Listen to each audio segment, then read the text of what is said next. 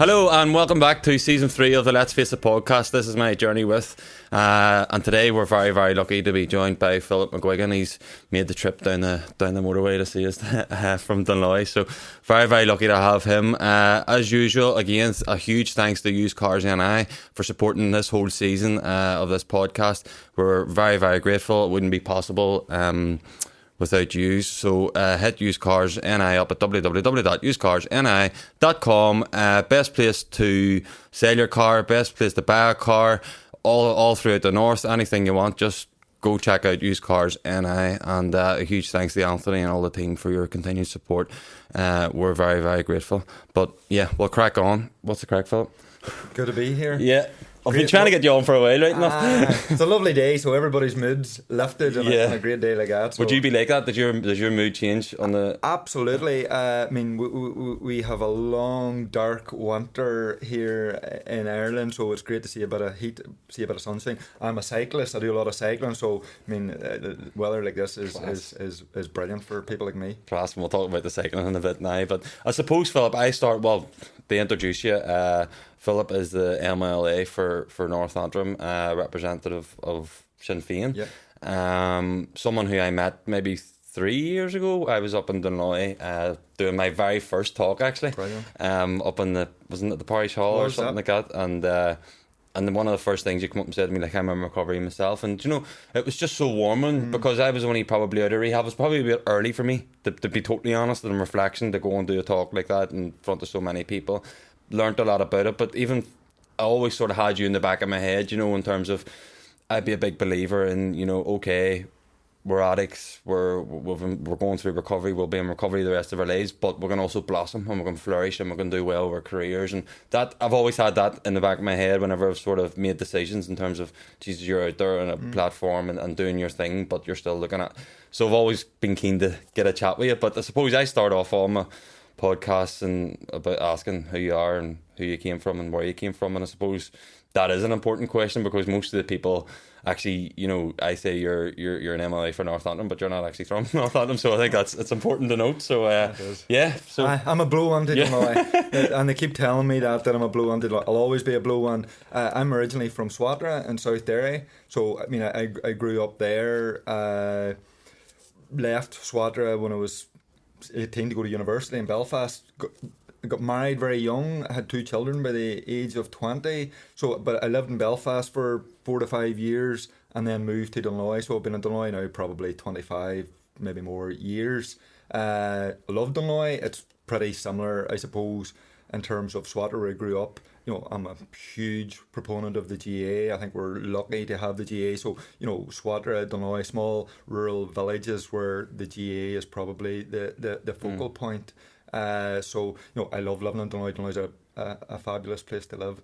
Class. And we'll maybe even start with Swatragh and even growing up in Swatragh, even a wee bit of background of your family life or growing up and what was that like in that sort of rural sort of GA. And because I would always see from the outside looking in, there's an element for me of not jealousy but wanting to be a part of that, see, being from the city. And it doesn't, like, obviously your club's your club and you love your club and stuff like that, but there's an element of whenever you, and I said it to Dominic Kearns when he was on the podcast, whenever you drive into Dunloy you can nearly feel the energy, and it's nearly like I grew up like Joe Canning from Portumna was my like idol. I loved him, and it was nearly like that Portumna, that feeling, and I can only sense that what you're saying there is a wee bit like that with Swatragh, was it? I mean, I had 4 or 5 years living in Belfast, and I don't want to offend anybody, but I was so glad to move out of Belfast. I didn't enjoy big city life. You know, there's something special in my view about the intimacy of living in a small village. So, say Swatragh was a great place to grow up. I'm the youngest of 5 children. I mean, I had a really good upbringing. You know, I mean, we didn't have a pile of money, to be honest with you, but, you know, I wanted for nothing. You know, my parents worked hard to provide everything. But, you know, as I say, growing up in Swatragh, my life revolved around the GAA football. primarily. I played a bit of hurling.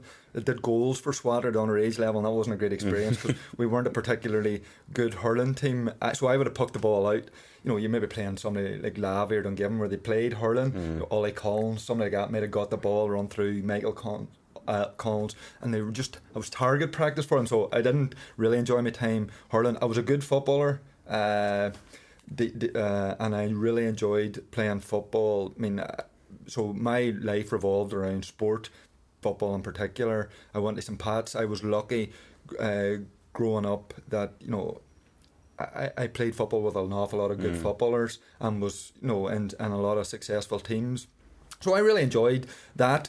But so my exterior and everything outside of my life was perfect.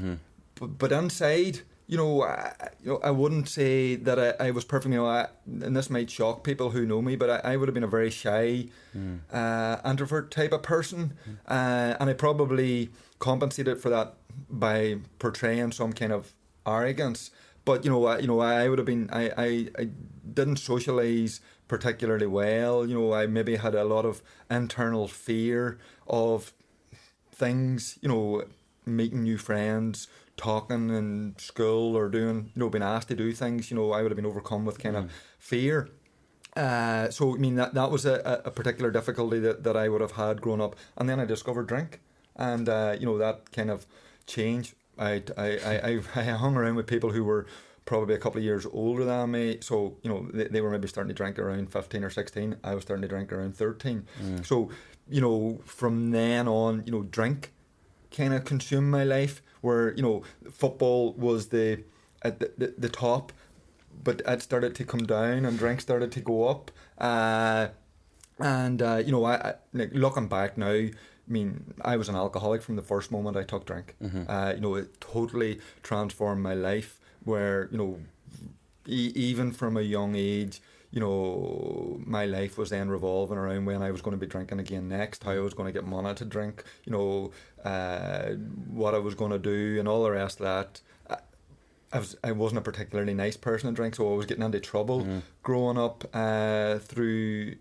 So as I say, I went to university, and looking back now, I can say to myself, all my decisions were based around alcohol and drink. So I got into university to study civil engineering. I had no interest in civil engineering. Looking back now, I know all I wanted to do was get to university because that would open up more freedom for drink. and that's the reality. I can remember going into my first lecture, and there was probably 80 in my class at university, and knowing immediately after about half an hour, I have no interest in being here.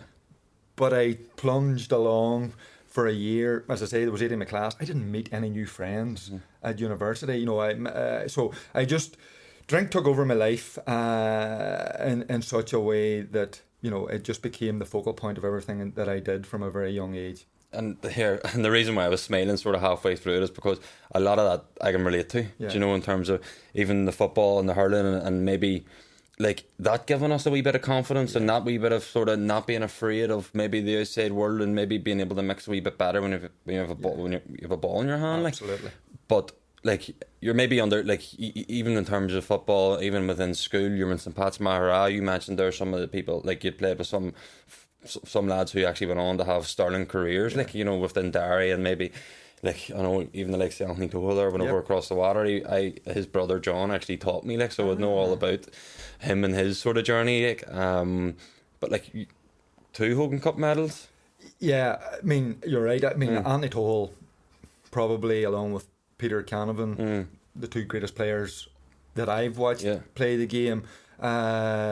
So, I was very lucky. Anthony was from the same club as myself. We won a minor title in 1988, and at that point it was, I live in Dunloy now, and they're winning championships every year at all levels, and sometimes, you get used to success and you forget that, in a lot of other clubs, there are people putting in the same amount of effort and not achieving success. As to say, Swatragh, we put in huge effort, and our club has never won a senior football championship. So but we were lucky enough, and I was lucky enough that we played in a team that won the 1988 minor championship, and that was through the people like Anthony Tohol and Joe McCullough and Hugh Martin Tohol, his brother, played, and Ian Gunnan. So it was a tremendous team.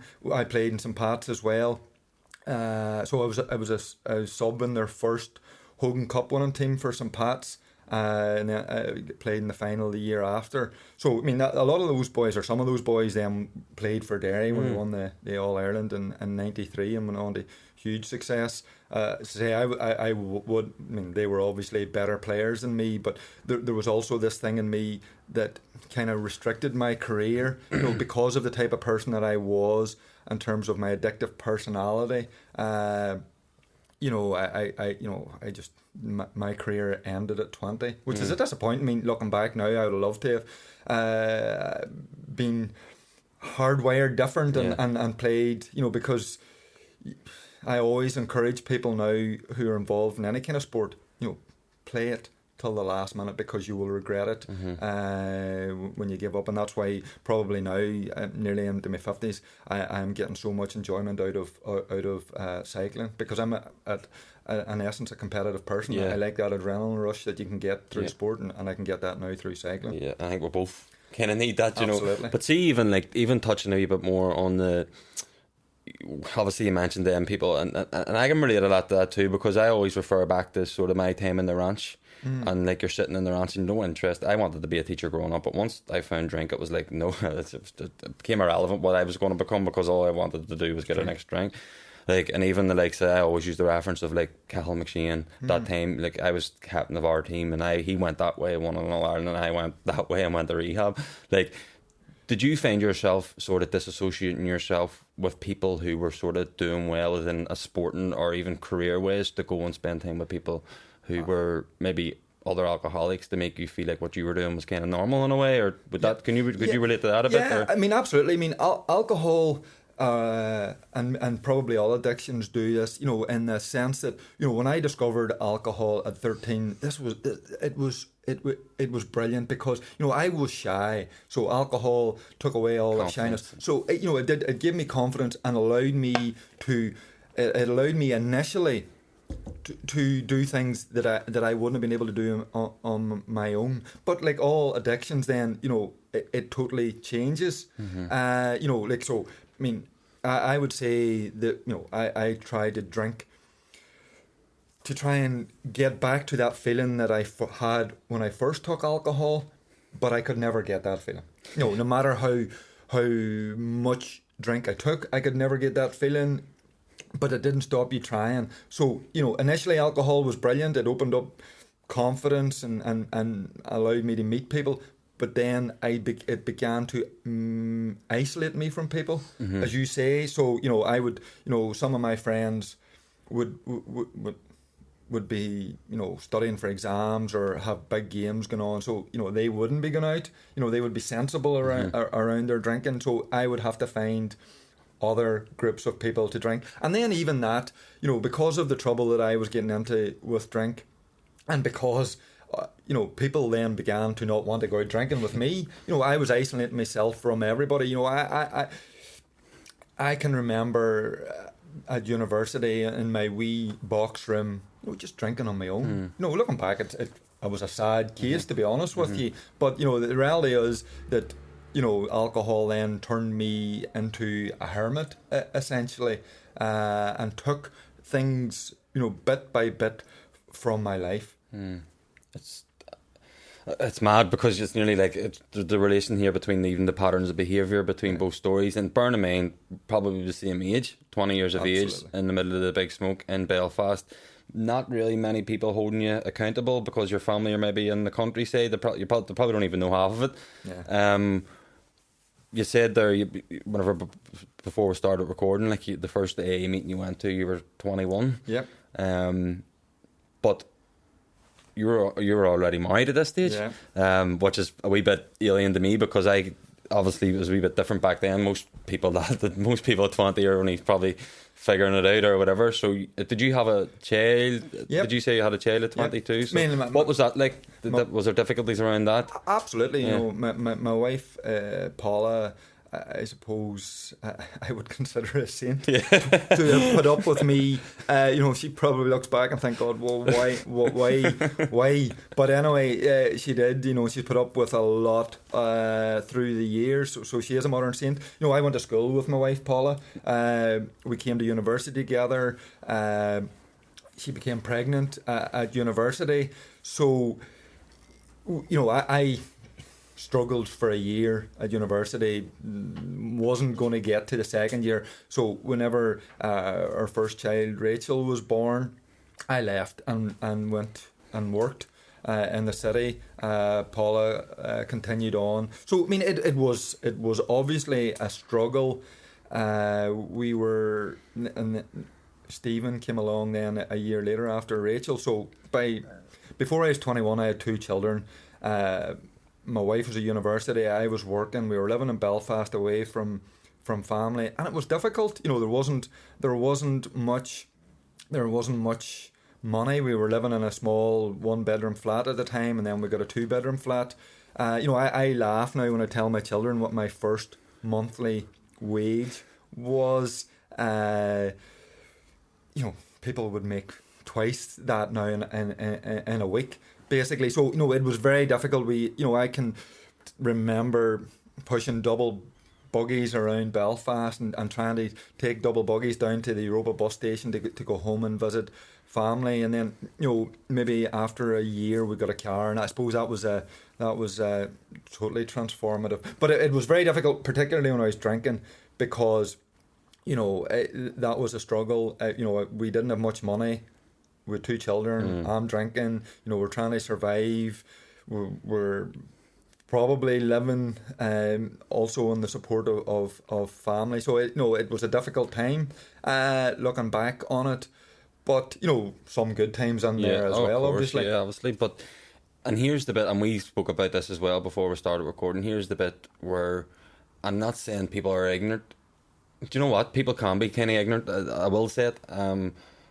Because addiction is an illness. Absolutely. And we're talking, so say you're 20 years of age, and say, for an example, it was some other tragic illness, and people be around you and be like, Jesus, you know, Philip's sick and we need to do this for him, we need to do X, Y, or Z. But, you know, Philip's an alcoholic. Why don't you just stop? Because you have 2 kids, you have more important things to worry about than going to the pub and drinking. You know, maybe like put into context in terms of like, it's just not that easy. It's just not that simple. It's just not that. And I get it all the time. Like, even being young, and suppose even now, people will be like, but you'd be able to have one. Like, you'd be able to drink now. Like, you know, sure, you haven't drunk in 4 years. You'd be all right now again. Like, just, you know, if you stay out with us, try and make sure you get home at a certain time. And like, yeah. Do you think there's still an element of disrespect in terms of people? And listen, this is not other people's fault. 100% not. There maybe is a stigma around it. There maybe is some sort of lack of awareness or understanding. But it's very, very difficult place to be in whenever sometimes people just, and how often have you said it, whenever you're in active addiction, you just don't get it. Yeah. But it's often true.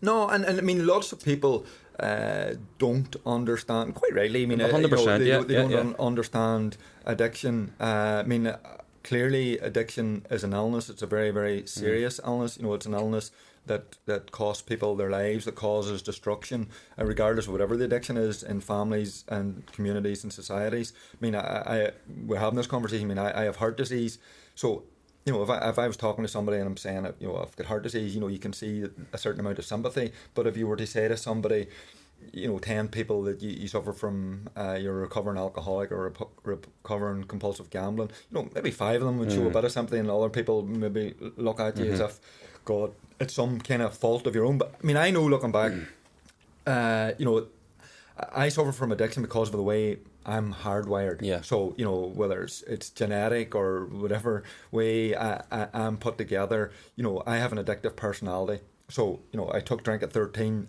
Immediately, I was an alcoholic. You know, similarly to when I started gambling. I didn't start gambling till later on in life, but similarly, and I just thank God. I mean, it could have easily have been drugs. It could easily have been some other form of addiction. In all aspects of my life. Sometimes when I get thrown into something, I take it. Yeah. I become quite obsessive about it. But I mean, back to your point, like addiction. The thing that causes you the most harm, you still find it difficult to give up. I went into AA young, 21, similar to yourself, but like who at 21 wants to end up? Yeah. What was that like, Philip? What was that like going into an AA room at 21?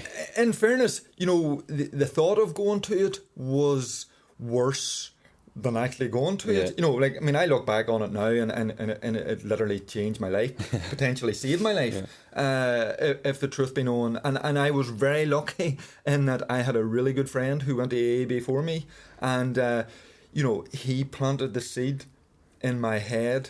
But like I say, even though I knew clearly, and everybody watching me knew clearly, that alcohol was a problem, that it was destroying my life, that it was having a major impact on my life, I still couldn't envisage a life without alcohol, and that's the reality of addiction. But I did go to AA, thankfully, and I have to say, that was a decision that really changed my life. That I was able to envisage, first of all, recovery. I was able to envisage a life without alcohol.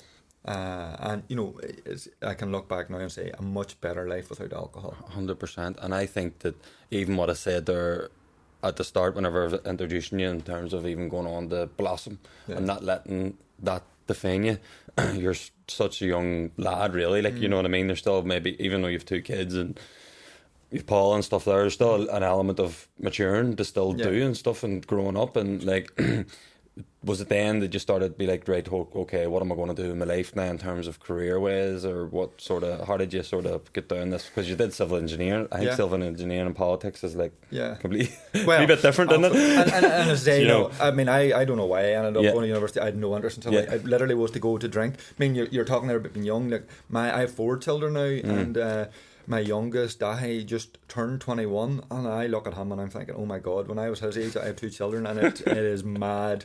It is mad. And I know my children, hopefully, are decent. Turned out all right. And they have, and I mean, the majority of that's down to Paula, to be honest with you.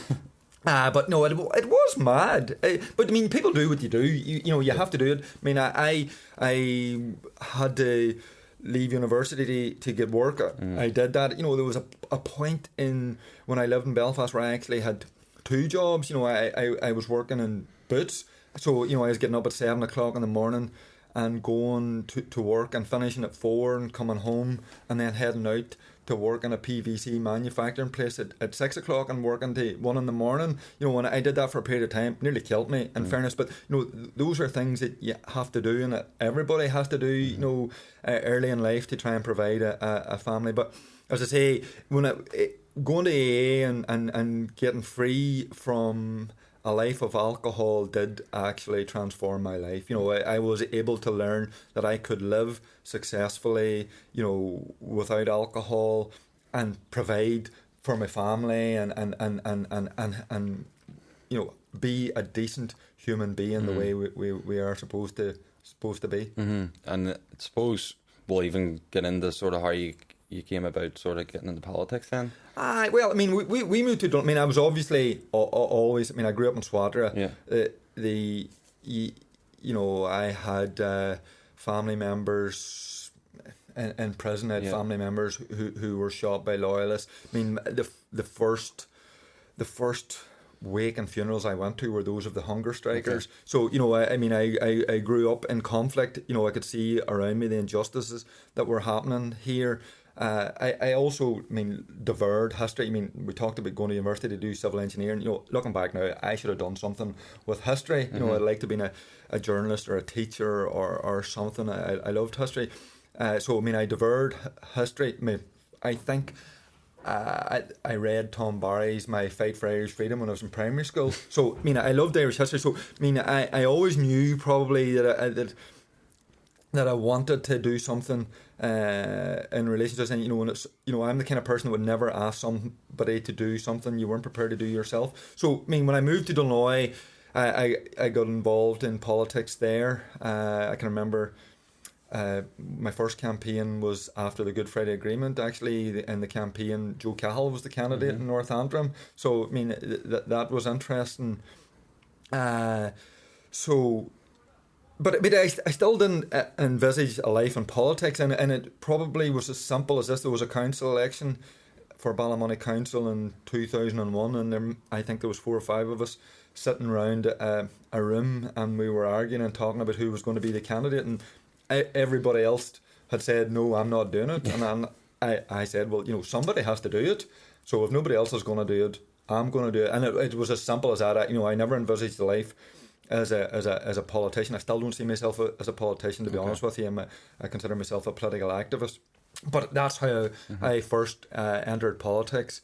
I stood for council in Ballymoney in 2001, and that was a very interesting experience, to be honest with you, Ballymoney Council. Yeah, but even in terms of I'm just thinking now about even maybe that 14, 15, 16-year-old Philip, introverted, sort of not very confident, afraid of maybe being, out there.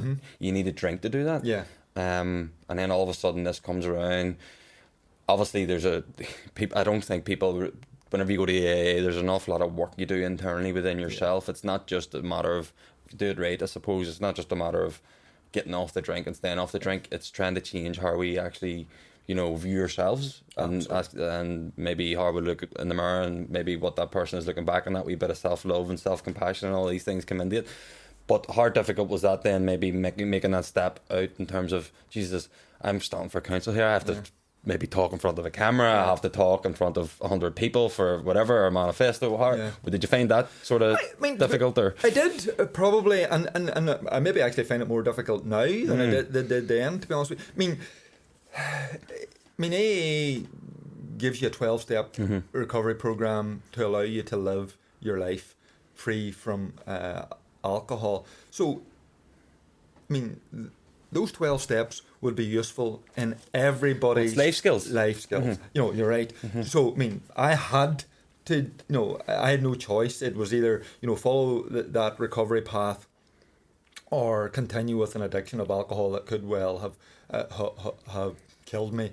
I was forced into following the AA way of life and 12-step recovery program, and it did change me. So, I didn't need maybe alcohol to give me confidence that this new way of living actually allowed me to give allow me confidence, but it also gave me a perspective on life. Things that are important and things that aren't important. Taking things seriously or not seriously that maybe would have done your head in prior to that, or taken on just. It literally just changed the way I looked at life and the way I performed myself in life. So, I probably was a wee bit more confident. But, I still do lack confidence, to be honest with you. Well, I think, being honest, but probably all do. There's still an element of maybe imposter, or maybe an element of not feeling your full worth, I suppose, is in yourself. But making that step was obviously massive. You've done that for a few years within the Ballymoney area, and then would I be right in saying you were off the drink, you're doing relatively well, and this is something that I talk about a lot with the people I work with one-to-one, and the people even in the rehab centre, in terms of, and I think complacency is the wrong word. I think it's, I don't know, but maybe letting your guard down in terms of maybe falling out of that way of life. And it's very, very easy for, I suppose, another addiction to maybe creep in, because, as you say, that's the way you're wired. It wouldn't matter if it's drinking coffee. You're going to drink anything, you know what I mean? If it was playing tiddlywinks, you want to be the best tiddlywinks player. It's just, and all of a sudden, I suppose, gambling became a part of your life. And this is something that, we haven't had too many gamblers on the podcast, Philip, and it's gambling scars the life out of me. And my coach, mentor, sponsor, Willie O'Connor, he's a recovering gambler. He's from Dublin, and I suppose whenever we go do talks and stuff, I come from my perspective, and he actually says some very, very interesting things, because whenever you were drinking, like you mentioned that you weren't the best person to be around, you know what I mean? You ended up drinking on your own because no one wanted to be with you. People noticed, they could probably smell the drink off you, could notice it in your eyes. Whenever I was taking coke, it was like, you just know if someone's on drugs or someone's drinking. But gambling is just and you just don't know. And it scares the life out of me, because it's happening in the back of buses and team changing rooms. People are sitting on their phones, and it's just rife, because people are kind of looking at replacement, I suppose, especially within maybe sports, because there is drink bans and there's things like this. So what are we getting this release from? And it's maybe gambling. Maybe that's a wee bit before your time in terms of online stuff and all, but I think that was maybe important to stress, and we'll get into that in a wee bit in terms of how worrying it actually is and what maybe we can do about it. But would I be right in saying there you maybe took your eye off the ball in terms of that way of life? Maybe work got a wee bit, you got caught up with a bit of work, and because I can relate to that, and sometimes someone's had to say to me here, and that again we'll get into this, that the importance of having good people around us to be able to keep us sort of on the straight and narrow. But talk to me a bit more about that in terms of how the gambling sort of crept up on you, I suppose. Absolutely. I mean, you talked there about if I was drinking, people would have known. But I used to. It used to baffle me, because obviously when I was drinking, mobile phones weren't a thing, so you had to use payphone. I could remember ringing my wife maybe after 2 pints, and she would know I was drinking. It was unreal. So no, I mean, literally as soon as I took a drink, I changed. People knew I changed. And that was the reality of that. But you're right. I mean, I stood for. I was in Ballymoney Council 2001. I got elected to the Assembly for North Antrim in 2003, and I would have put all my effort into my involvement with Sinn Féin and the struggle and doing that kind of work, and it was time consuming. You were engaged in that 18-20 hours a day, to be honest with you. So. Just you mentioned complacency, and that's as good a word as any. You're maybe not going to meetings for AA as often as you should be. You're because you're doing other things. So not deliberately, but just because of maybe putting other things first. You're not maybe taking care of your recovery as much as you should be, and you do take your eye off the ball. And then the things that have kept you away from drink, that you've been told to do over a period of time, you maybe aren't doing them as well as you should be doing. And just at that time, I can't even remember exactly when it would have been, but there was this kind of poker boom. So people would have been playing poker in GA clubs and parish halls and pubs, fundraising for charities or the GAA or different things. So I mean, I just would have been going to those to support whatever cause it was that was involved. I mean, I like it's pretty competitive, so I like going to that, and it was sociable. And then somebody said to me about online, and then I started to play poker online, and it's literally just the exact same as my first drink at 13. The buzz. Aye, and immediately that addictive nature where this is something I'm doing constantly and continually, and it's just the exact same as drinking. That this thing of gambling becomes the most important thing in your life. You're putting it in front of your family, you're putting it in front of your friends, you're putting it in front of relationships, you're putting it in front of work, you're putting it in front of everything, and it just literally takes over your life until such a point, and it happened to me very quickly, where you're either engaged in this activity or you're thinking about it 24 hours a day. And because I mean, I had no history of gambling growing up. I'm not saying I never would have done a bet in the Grand National when I was younger. It might have been £1 or whatever, but I could have counted on one hand the number of times before my mid-30s where I would have been in a bookie shop. But as I say, this online thing I was able to do on my phone. So, I could be sitting here talking to you and gambling, and you wouldn't even know about it. And nobody, as you say, there was no smell off my breath, there was no changed. Now, my personality did change through gambling, naturally, because you're thinking about it all the time, and then you're losing money, and there's all this other stuff going on in your background. So gambling took a lot from me. I lost an awful lot of money, but that isn't even something that I would count what it took from me. It took bits of my personality and totally changed me for a period of time. Same way drink did. So I mean, you talked about the fear of gambling. You would be lucky to spend a certain amount of money in a night's drinking or a weekend's drinking. Yeah. Gambling, to me, money was just numbers. So should I had £100, £1,000, £10,000, £100,000 or £1 million available to me, it made no difference. I could have won and lost those figures. Not, I didn't want to lose those figures, but it wasn't money. It wasn't the money, it was the feeling as a result of that. Absolutely. Same way, drink. If I went out a pub, and I would have been on age. I can remember shaking nearly at times before you got into a pub, and then you got this first pint and it settled you down. It going down. But gambling was the same. Whenever you were able to lodge money onto whatever, a computer, a laptop, your phone, you got that same. I'm now at ease. Obviously that didn't last long. I mean, at the finish up of my gambling, I used to think, am I actually addicted to paying here? Because you knew you knew you were gambling with money you couldn't afford to gamble with, and you knew the impact of that on yourself and, more importantly, your family. Yeah, and that's even addiction. I think it's important to note too that we've been through it, we've been in the pain, and sometimes, and I said this the other day on a different podcast I was on, that it's not easy for us, but in the grand scheme of things, in the chart of who's affected, we're probably at the bottom of it. Your wife, your kids, the people around you, your friends, the people who genuinely want you to do well in life, and they just can't get through to you. They're the people who aren't sleeping at night. They're the people who are constantly worrying about you. And I would always say, the addiction is a family disease. It's not just that one person who's in active addiction, and that is scary. But even for we'll even talk about even your recovery through gambling first, and how you sort of got out of that, or how you sort of managed it, or what was the process there?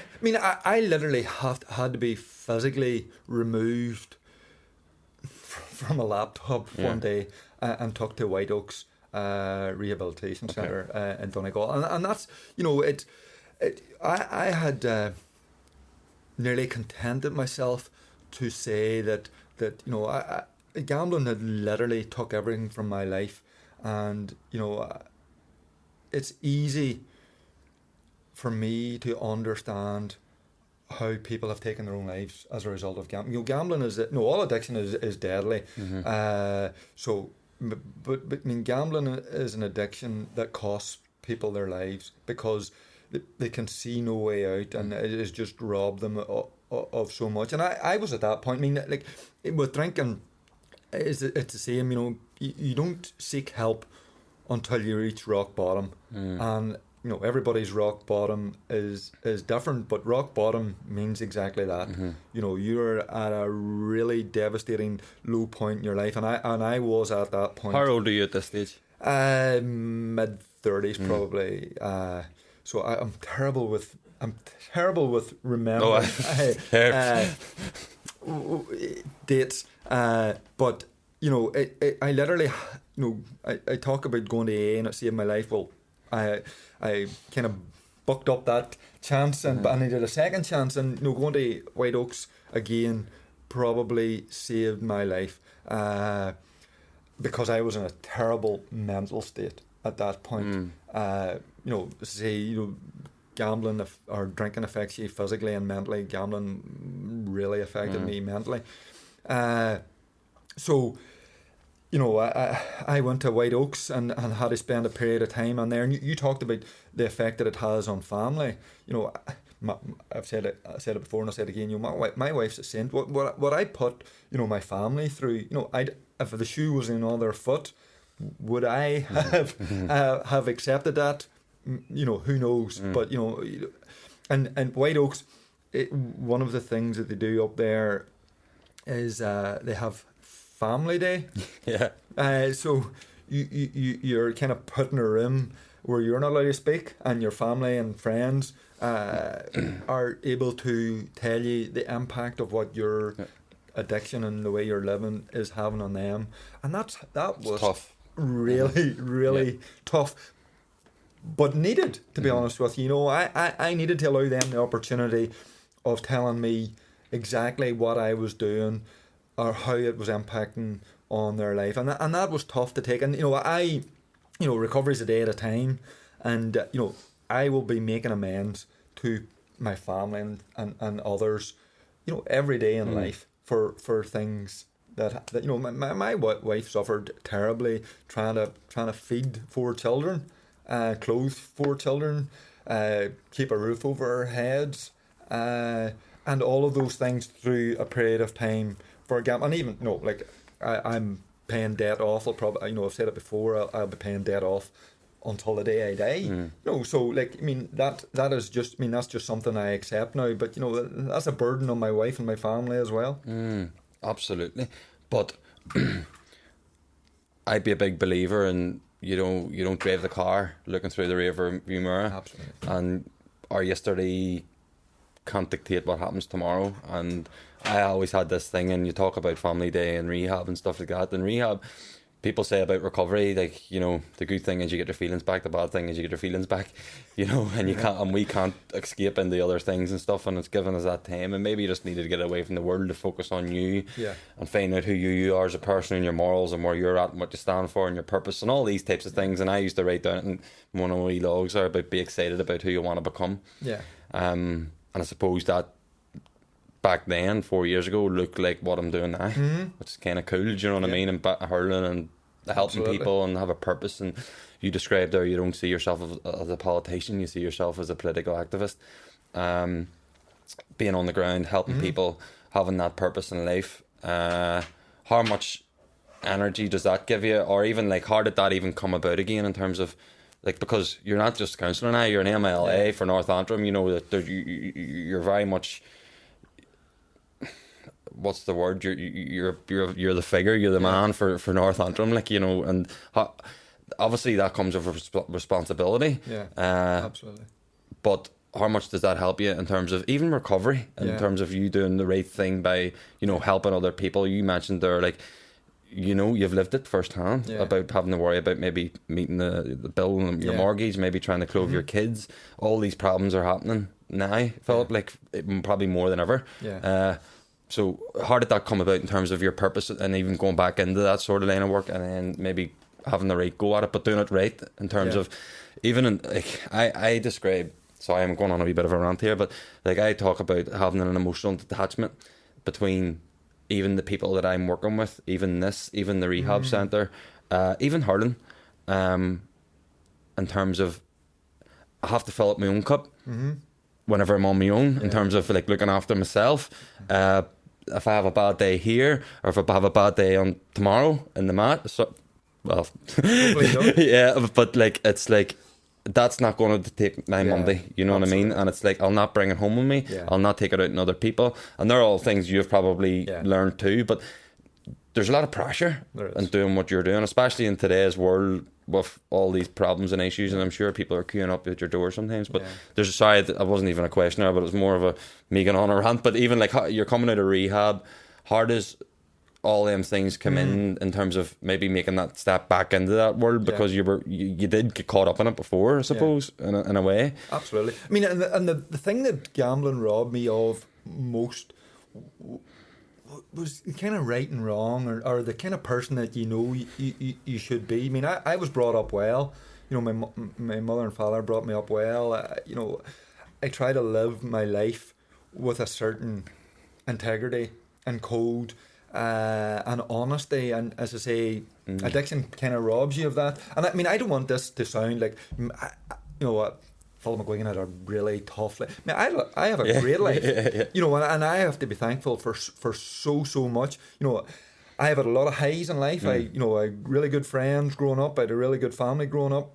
I had a lot of success. I'm quite intelligent. I had a lot of success on sport early on in my life. And a lot of good things have happened to me in life. But I had these periods through my addiction where I had a lot of lows as well. So, on the balance of my life, I'm really lucky. And I continually tell people that meet, we are lucky. I'm lucky I was born in the period that I am. We were just coming out of conflict, because lots of things could have happened had I been born 10 years earlier, and I'm now able to hopefully make a positive contribution, not just to, my own life and my family's life, but the lives of others. So I get a lot of second chances in life through recovery. Sinn Féin gave me a second chance. I was an MLA, and through a period then when my life wasn't particularly good, I stood down from that role. Sinn Féin gave me another chance. I'm now back as North Antrim MLA, so I'm very thankful for that. And through that, I can hopefully do my best to have a positive impact on people's lives, because that's what politics is about. I mean, looking back when I was very young, I wanted to change the world. Because I seen a lot of injustices going on, and I'm probably a wee bit more realistic now in terms of how my contribution to changing the world. I still believe really in what Sinn Féin, my political party, are trying to do in terms of building a new Ireland, because I think that will benefit everybody. Jerry Adams always talks about acting locally and thinking nationally, and that, for me that means my part.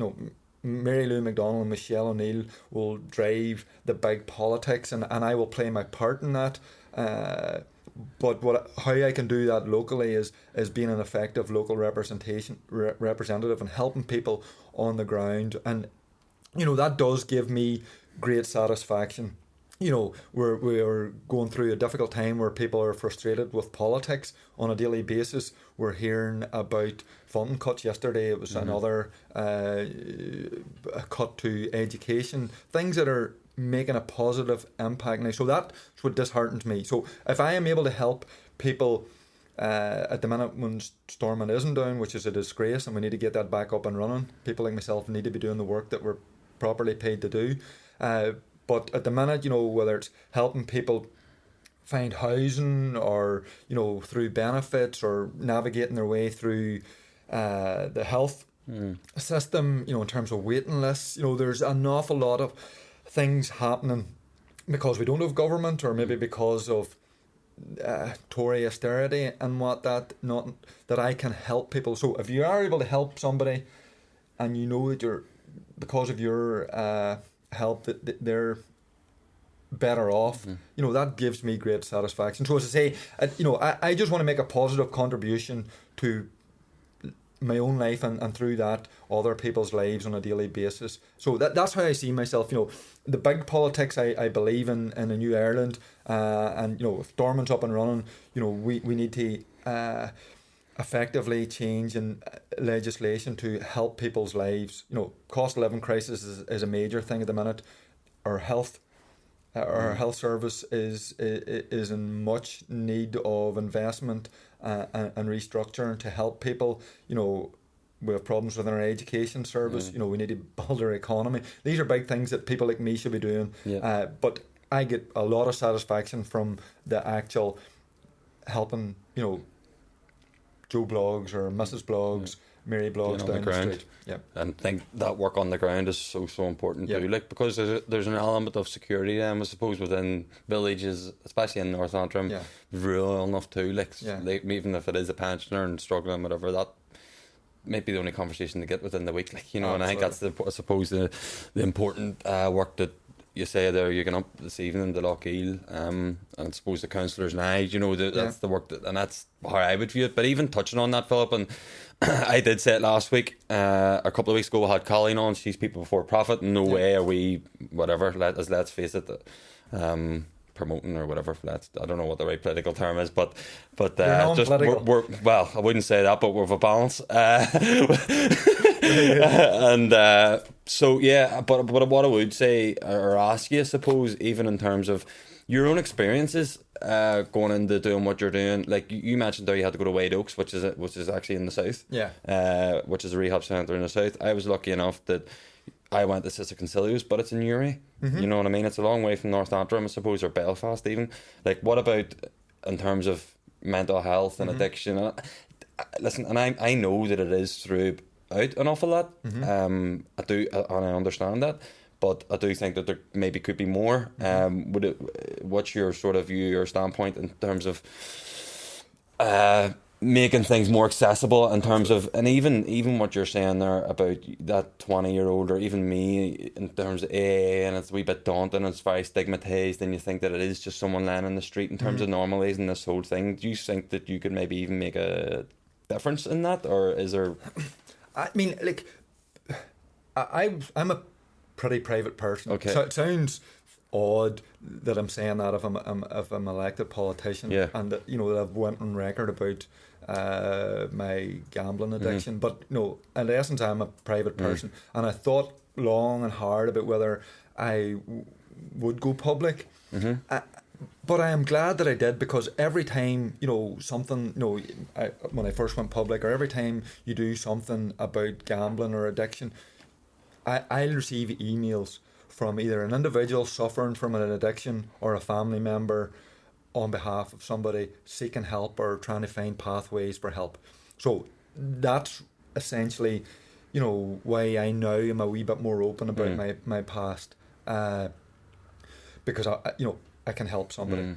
And that's why, I think the work that you're doing is brilliant, and the work that other people in the field of addiction are doing. I mean, like, me and you are embedded in the GAA, so we love the GAA. So I'm thinking of the likes of yourself and Oisin McConville and some of the fellas in Tyrone, Colin Kilpatrick, people like that, and some of the girls who have recently come out about eating disorders. Absolutely, week, she was brilliant.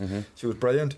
So that, in my view, you have no idea of the positive benefit that is having on young people across Ireland. I mean, you talked about coming to Dunloy 3 years ago. I mean, that was a brilliant night, because it does help to destigmatise addiction. Young people can hear, who may be suffering themselves from some kind of mental disorder or addiction, that I'm not alone. Yeah. That this is, I can actually put words onto what I'm feeling. But more importantly, I now know that I can seek help and get help. This isn't the way that I have to be. So, this the work that you're doing, and the fact that you and others have been public about it at such a young age, does help to destigmatise that. I'm a politician, so, there's a certain responsibility on me to ensure that when in government we provide the services then that can help people who need it when they come and ask for help. And currently we don't have anywhere near proper mental health services and facilities here, in terms of young people being directed to help and then getting quick and speedy help. We definitely need more services for people recovering from addiction. No, absolutely. That is essential, because mental illness is something that is only going to continue to grow. I mean, young people, in terms of the pressures of life and able to deal with life, are going to struggle more and more. I mean, I see that modern society is having a huge impact on people's mental health. I mean, I'm lucky, and you're lucky. I mean, as I say, I now have been given a new template in life because of my recovery. Not everybody else is aware of that or knows that or feels the need to do that. So our health services have to be able to cope with mental health, and we're not currently able to do that at the minute. No, and I couldn't agree with you more there. Talk to me a bit more about the cycling. What was the crack there, and how did you get into that? Well, I mean, I'm really competitive. If and I think I'm the best at everything. Is the truth. If I love the adrenaline of competitive sport. Does that help your recovery? Absolutely. Yeah. No, I mean, it is your recovery, I suppose. I'm not afraid to say I'm probably a wee bit too obsessed with cycling, but it's a healthy addiction, if that's what it is. I put a lot of time and effort into it. But even just because of what I'm involved in terms of politics, it does impact you mentally. So just getting out on the bike particularly on a lovely day like it is today, where you're alone with your own thoughts, that's great. So cycling for me is brilliant for my mental health. It's brilliant for my recovery. It's brilliant for my physical health. But I do love the competition, so I do race. And it is something, like I suppose an endurance sport, whether it's cycling or running, is the only kind of sports where somebody my age can be reasonably competitive with younger people. I mean, I cycle. I was doing a race last night with my son, who's 21, and he's obviously better than me, but I can be competitive with people that age. So I just love it. It's brilliant. That's class, isn't it? And I suppose, like, even for anyone thinking, they're in recovery, what can they do in terms of, a different hobby and stuff like that? And I actually done it over lockdown. Right. But again, we're very, very similar. I used to jump on the bike and then cycle up to Neil McManus's house in Cushendall, mad things like that. But I loved it. There's nothing mad about cycling around the Glens. The Glens is the beautifulest part of Ireland to cycle. But whenever you don't have a pair of cycling shorts, that can't be good the next day. Definitely not. There was soda cream out for the next 3 weeks. It was terrible. It was shocking. But here, you mentioned there somewhere along the conversation that you didn't know what Paula, isn't it? Yep. You didn't know what Paula seen in you. Yeah. During difficult times, and I suppose like after us talking here for the last whatever it was an hour, I can see it. Do you know what I mean? Genuinely, and I say this. I've said this a few times with some of the guests I've had on. Like, I do feel proud of you for what you've done, and talk about resilience, and I suppose it's another word that's threw about an awful lot, Philip, but I think that you're nearly enough like the definition of that for the amount of times that you've sort of been knocked down or knocked yourself down and have the ability to bounce back up and go again and just keep going. So like kudos to you, like fair play to you, like, and I wish you every best of luck in the future and going forward, and I suppose, and keep doing what you're doing. But if it came to an Ulster final and Derry were playing Antrim. Yeah. If Antrim get their act together in the football, like who was supporting? Well, first of all, good luck tomorrow against Dublin. Oh yeah, well this will be out Sunday, so hopefully we'll be. Hopefully, fair enough. We'll be getting ready for Wexford now. As I say, I grew up in Derry, was a football man, but I love hurling now. And how could you not? Living in Dunloy, I mean, the skill of hurling and camogie is awesome. I'm jealous of anybody who is a true proponent of hurling. I mean, we had a great run last year in the club. We got to an All-Ireland final. We beat Slaughtneil along the way. I'm from Swatragh, so that was really good. Swatragh and Slaughtneil the same parish. Right. So, it was great to finally beat Slaughtneil along the way. But, I mean, just going and watching the likes of Keelan Malloy and Nigel Elliott and Kobe and Ryan Elliott. Brilliant. And yourself. I mean, like, it's great. So, I mean, I do genuinely wish Antrim well in the hurling. I wish Antrim well in the football and the camogie as well. I mean, I love to go and see it. I do follow Derry in the football, to be honest with you, and I like to see Derry well. I got married in '93. My honeymoon was spent in Dublin, watching Derry won the All-Ireland. So I got married on a Thursday. We went to Dublin, watched Derry and Hill 16 won on the All Ireland. That was brilliant. So I would love to see Derry back there again. I can remember Anthony Tohill catching the point. It was in Casement Park. It was against Antrim, wasn't it? It was over the bar. That's right. So I'm always going to be a Derry man, I suppose, when it comes to the point. And I'm hoping Derry does well this year. Yeah, we'll let you wear that. No, but here. But thanks very much. Fully behind Dunloy. No, thanks very much. And you just mentioned there about Keelan and the lads and all, and good people. Absolutely. And good role models. And I suppose like we can tap into that even a wee bit more, I suppose, in communities. And I even mentioned it there during the week about like we all used to have superheroes growing up in terms of in our clubs, like, and I suppose them boys are doing that within Dunloy and the impact that they're sort of, I suppose, making within Antrim and especially Dunloy, like the conveyor belt and stuff like that, and just trying to be that person, you know, and I want to grow up and be like Clean Malloy, and I think that's really important to have role models in the GAA, I suppose, can do that. Jarlath Burns was in Dunloy. I mean, I heard him speaking at Our Lady of Lourdes prize giving on Monday, and his speech was phenomenal in terms of, you know, just kind of what we're talking about, guiding young people through life and some of the difficulties they'll face and offering solutions. So, I mean, I was very privileged to there. He came out to the club rooms in Dunloy and took questions and answers. So, I mean, he's going to do a great job as president of the GAA.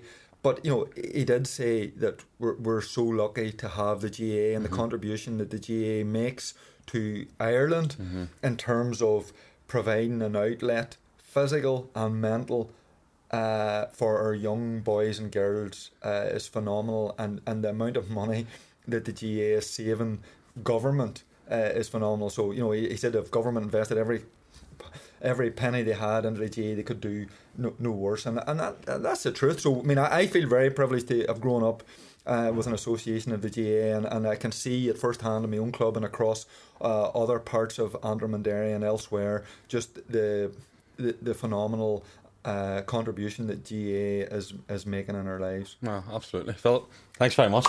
Brilliant. Okay, Loved it. you. And thank you all again for tuning in. Really, really appreciate it. I suppose we touched on a few there was some tough conversations there, some great, but if anyone's, I suppose, triggered by anything we spoke about, or maybe looking a wee bit of help in terms of direction, in terms of meetings, or maybe looking counselling or anything, just drop us a message and we can steer you in the right direction. No problem at all. And again, a massive thanks to Used Cars NI, Anthony and the team, www.usedcarsni.com. If you want to sell your car, there's a wee platform on there. You can log in, put up pictures, it's easy to do.